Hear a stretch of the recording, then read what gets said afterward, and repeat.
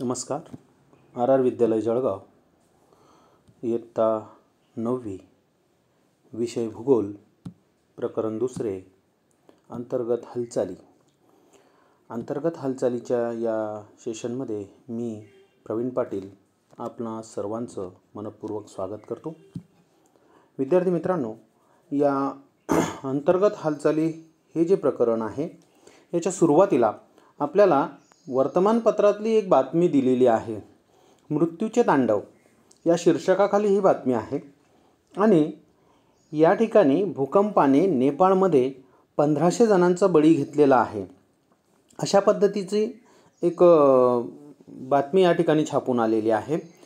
आणि त्या ठिकाणी आपल्यासाठी एक फोटो दिलेला आहे, एक छायाचित्र आहे ज्याच्यामध्ये इमारतींची पडझड झालेली दिसते आहेत. भरपूर मोठ्या प्रमाणावर इमारती पडलेल्या आहेत, लोक मदत कार्याला लागलेले आहेत, अशा पद्धतीचा तो एक फोटो या बातमीमध्ये दिलेला आहे. त्याचप्रमाणे बाजूला निळ्या रंगामध्ये हादरे किती बसलेले आहेत, कशा पद्धतीचे आहेत, त्यांची संपूर्ण माहिती जी आहे ती दिलेली आहे. तर या ठिकाणी या बातमीच्या खाली विद्यार्थ्यांसाठी काही प्रश्न दिलेले आहेत. विद्यार्थी आणि शिक्षक आता समोरासमोर नाहीत आणि त्यामुळे हे प्रश्न त्यांची उत्तरं तशी घेणं सहज शक्य नाही, म्हणून मीच या प्रश्नांची उत्तर आपल्याला देतो. ज्याच्यामध्ये पहिला प्रश्न आहे, मृत्यूचं तांडव कशामुळे घडलं. बातमीमध्ये स्पष्ट आहे की भूकंप झालेला आहे, त्यामुळे मृत्यूचं तांडव घडलेलं आहे. भूकंपाची तीव्रता किती होती, तर 2 मोठे हादरे बसलेले आहेत, त्यामुळे 2 वेळा भूकंपाची तीव्रता वेगवेगळी आहे. सर्वात मोठी तीव्रता जी आहे ती 7.9 रिश्टर स्केल आहे, तर दुसरा जो काही हादरा बसलेला आहे त्याची तीव्रता ही 6.6 रिश्टर स्केल आहे. सर्वात जास्त बाधित झालेला देश नेपाळ आहे. या भूकंपाचं जे केंद्रबिंदू आहे किंवा जे केंद्र होतं ते लामजुंग आहे नेपाळमधलं. त्यानंतर आपत्तीग्रस्त इतर प्रदेशांमध्ये खाली जर का आपण पाहिलं तर भारत, तिबेट, बांगलादेश या ठिकाणी मृतांची संख्या दिलेली आहेत. म्हणजे हे जे देश आहेत हे आपत्तीग्रस्त प्रदेश आहेत.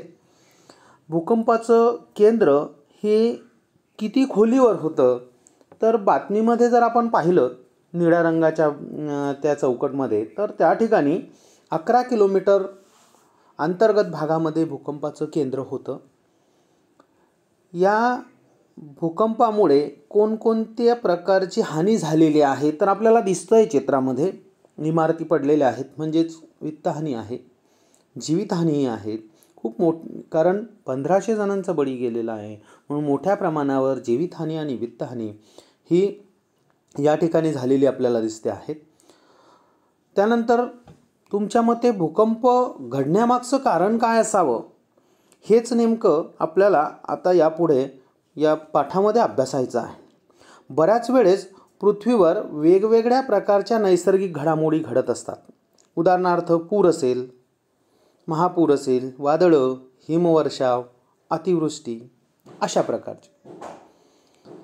याच पद्धतीने भूपृष्ठाखालील हालचालींमुळे भूकंप आणि ज्वालामुखी घडून येत असतात आणि त्यामुळे मोठ्या प्रमाणावर हानी जी आहे ती होत असते.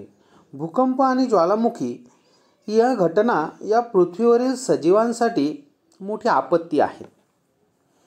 या ज्या आपत्ती आहेत या आपत्तींची ओळख आपल्याला या पाठामध्ये करायची आहे.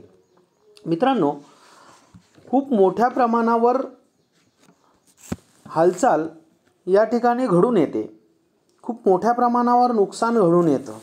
अंतर्गत हालचालींच्या या पाठामध्ये सुरुवातीला आपल्याला टेबलवर काही पुस्तकांची किंवा वह्यांची मांडणी केलेली दिसते. या ठिकाणी पुस्तकामध्ये वह्या शब्द वापरलेला आहे, वह्यांची मांडणी केलेली आहे. त्याच्यावर एक डस्टर, एक खडू, त्याच्यानंतर तुमचं खोडरबर, इरेझर ज्याला म्हणतो आपण, किंवा शार्पनर हे ठेवलेले आहेत. वह्यांची रचना बघा, काहीशी कमी जास्त रचना झालेली आहे, पण असं असलं तरी वह्या स्थिर आहेत आणि त्यामुळे त्या वस्तू या जशाच्या तशा त्या ठिकाणी स्थिरपणे उभ्या आहेत. परंतु जेव्हा या वह्यांमधून एक वही काढून घेतली तर त्या ठिकाणी ते डस्टर, खडू किंवा या ज्या वस्तू वर ठेवलेल्या आहेत त्या खाली पडलेल्या आहेत. दुसरे आणखी पुन्हा एक रचना दिलेली आहे. टेबलवर पुन्हा त्या वह्या ठेवलेल्या आहेत. आता वह्यांची रचना पहिल्यापेक्षा बदललेली आहे.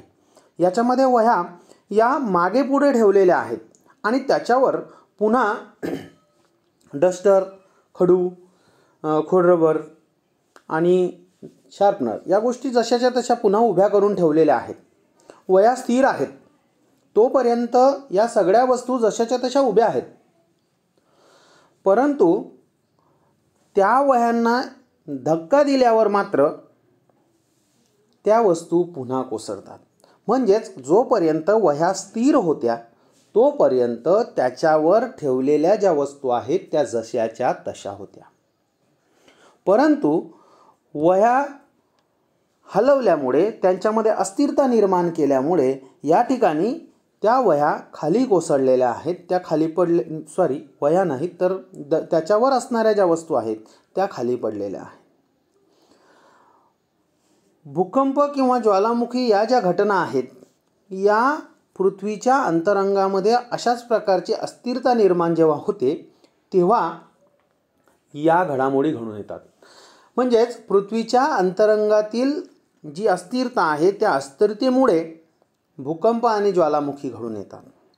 ही अस्थिरता पृथ्वीच्या अंतर्गत भागामध्ये ज्या हालचाली घडून येतात त्या हालचालींमुळे ही अस्थिरता निर्माण होते.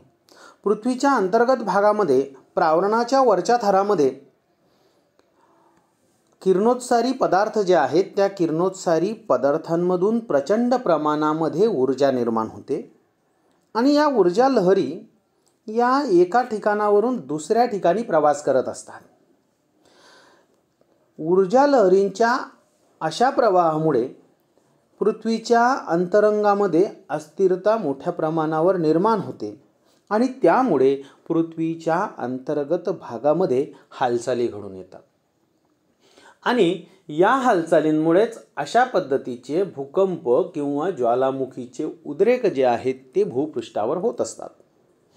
या ज्या अंतर्गत हालचाली आहेत या अंतर्गत हालचालींचं वर्गीकरण हे त्या हालचालींची गती, दिशा यांच्या स्वरूपामध्ये आपल्याला दिसून येतं. आता या ठिकाणी अंतर्गत हालचालींचं वर्गीकरण आपल्यासाठी पुस्तकामध्ये दिलेलं आहे. ज्या वर्गीकरणाचा आधार आहे अंतर्गत हालचालींमध्ये महत्त्वाची भूमिका असणाऱ्या ऊर्जा लहरींची गती, ऊर्जा लहरींची दिशा आणि भूरूप. आता ज्या वेळेस ऊर्जा लहरींची गतीचं वर्गीकरण करायचं आहे त्यावेळेस ऊर्जा लहरींची गती ही 2 प्रकारची आहे आणि त्यानुसार 2 प्रकारे याचं वर्गीकरण केलं जातं. मंद भू हालचाली या हालचाली या सातत्याने होणाऱ्या हालचाली आहेत. म्हणजेच या हालचाली कायमस्वरूपी सुरू असतात. त्यांच्यामध्ये खंड नसतो. फक्त त्या अतिशय मंद गतीने होत असतात. त्यामुळे त्याची फारशी जाणीव आपल्याला होत नाही आणि याच्यामुळे पर्वतांची निर्मिती होते, खंडांची निर्मिती होते. हिमालय पर्वताची निर्मिती अशाच प्रकारच्या मंद भू हालचालींमुळे झालेली आहे. गतीनुसार वर्गीकरणामध्ये दुसरा प्रकार आहे तो शीघ्र भू हालचाली, ज्या अचानक होतात, लागलीच घडून येतात. त्या एखाद्या घटनेच्या स्वरूपामध्ये घडून येतात. उदाहरणार्थ भूकंप किंवा ज्वालामुखी. या वर्गीकरणामध्ये दुसरा प्रकार आहे ऊर्जा लहरींची दिशा. ऊर्जा लहरींची दिशा ही 2 प्रकारची आहे. क्षितिज समांतर भू हालचाली आणि ऊर्ध्वगामी किंवा अधोगामी हालचाली.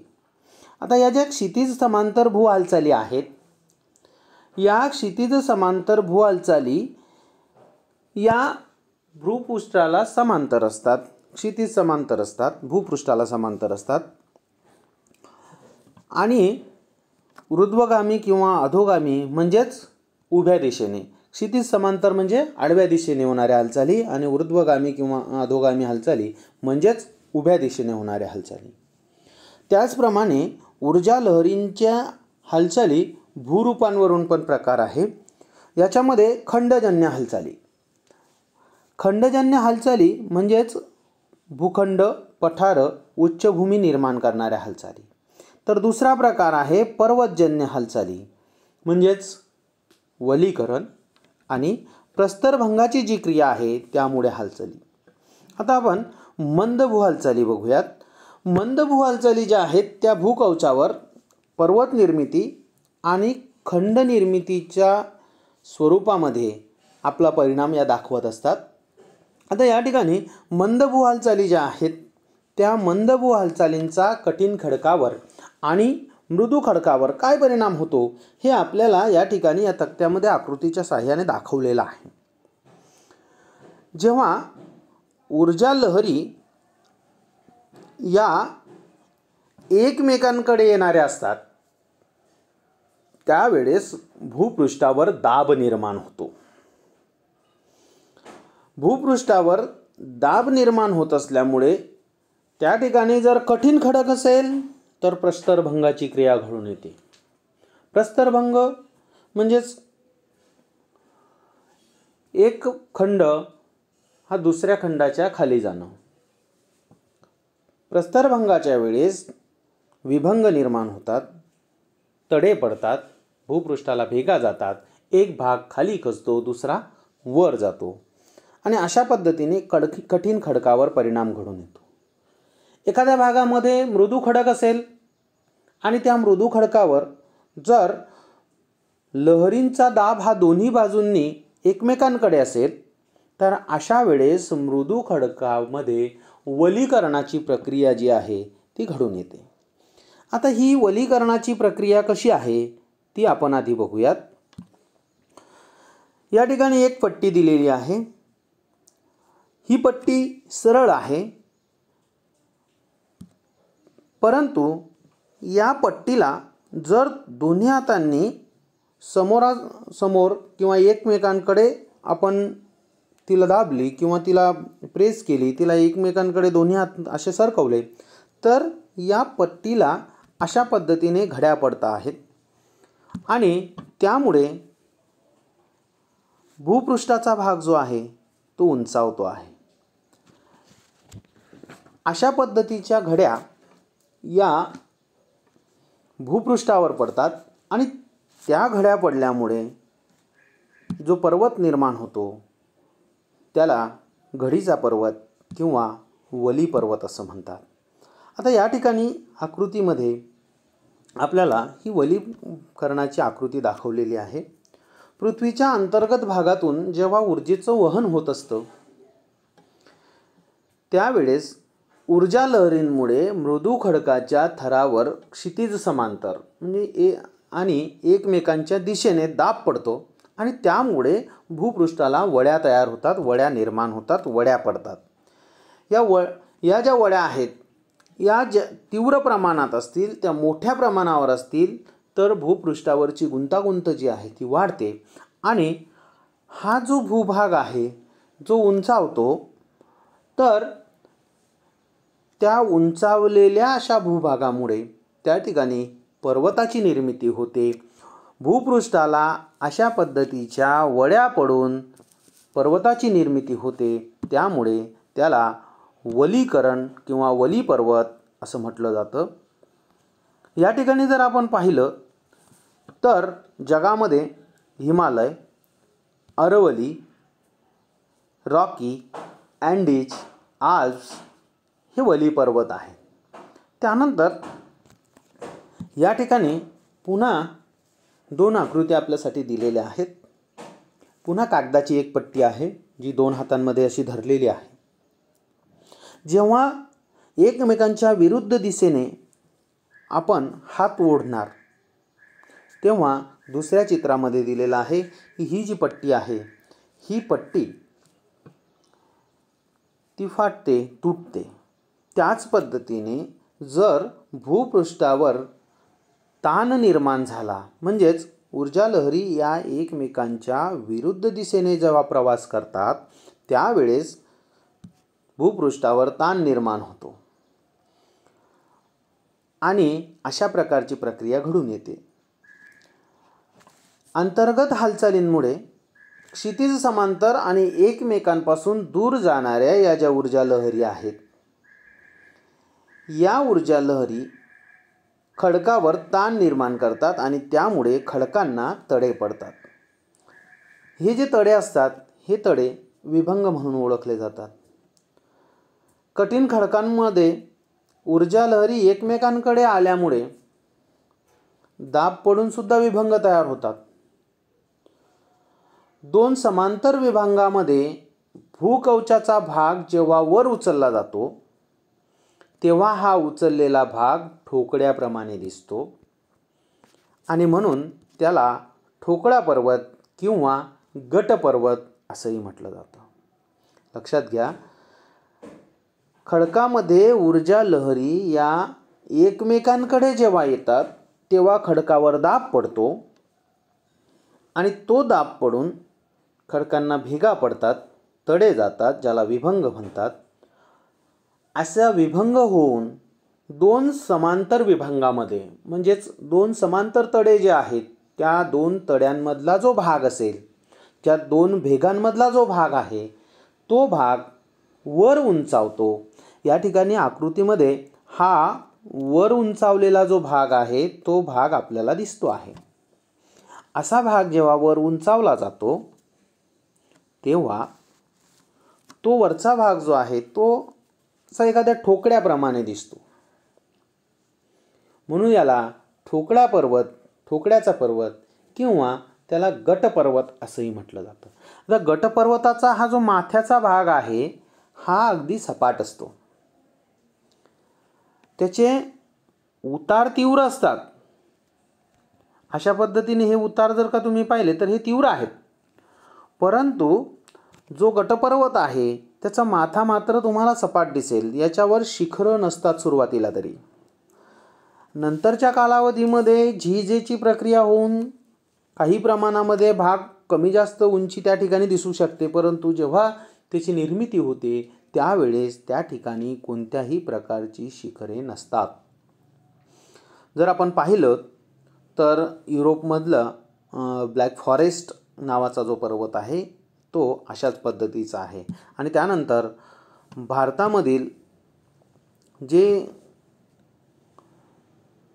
मेघालयाचं पठार आहे, या ठिकाणी दिसतं आहे मेघालयाचं पठार, हे मेघालयाचं पठार हे अशाच प्रकारचं पठार आहे ज्याची निर्मिती ही ठोकळा पर्वत किंवा गटपर्वताप्रमाणे झालेली आहे. त्यानंतर यातला दुसरा भाग असा आहे की खचदरी. बऱ्याच वेळेस भूकवचावर ताण पडतो.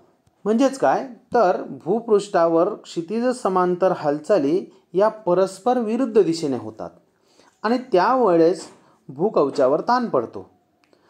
ज्या वेळेस असा ताण पडतो तेव्हा खडकांना तडे जातात, म्हणजेच विभंग घडून येतो आणि परिणामी त्या ठिकाणी दोन्ही बाजूचे जे खडक आहेत ते एकमेकांपासून लांब जातात किंवा दोन तड्यांच्या दरम्यानचा जो भूभाग आहे तो भूभाग हा खाली खचतो आणि असा खचलेला जो खोलगट भाग आहे तो खोलगट भाग म्हणजेच खचदरी आहे. या ठिकाणी उदाहरण जर आपल्याला पाहायचं असेल तर ग्रेट रिफ्ट व्हॅली, ऱ्हाईन नदीची खचदरी, आपल्या देशातील नर्मदा नदीची जी खचदरी आहे या ठिकाणी आपल्याला दाखवलेली आहे नर्मदा नदीची खचदरी. तर ही खचदरीची काही उदाहरणं आहेत जी भूपृष्ठाच्या अंतर्गत भागामध्ये ज्या ऊर्जा लहरी निर्माण होतात त्या ऊर्जा लहरींचा परिणाम आहेत. खचदरीमध्ये दोन्ही उतार हे तीव्र असतात. वेगवेगळी उदाहरणंही आपण पाहिलेली आहेत आणि त्यानंतर खंड निर्माणकारी हालचाली आपल्याला बघायच्या आहेत. मंद भूहालचाली पृथ्वीच्या केंद्राकडे किंवा पृथ्वीच्या केंद्रापासून भूकवचाच्या दिशेने होत असतात. म्हणजेच ऊर्ध्वगामी किंवा अधोगामी अशा हालचाली या होत असतात. या हालचालींमुळे भूकवचाचा विस्तीर्ण असा भाग हा कधी कधी वर उंचावतो किंवा तो काही वेळेस खाली खचतो. आणि भूकवचाचा भाग जर का समुद्रसपाटीच्या पासून वर उंचावला जात असेल तर त्या ठिकाणी खंडांची निर्मिती होते.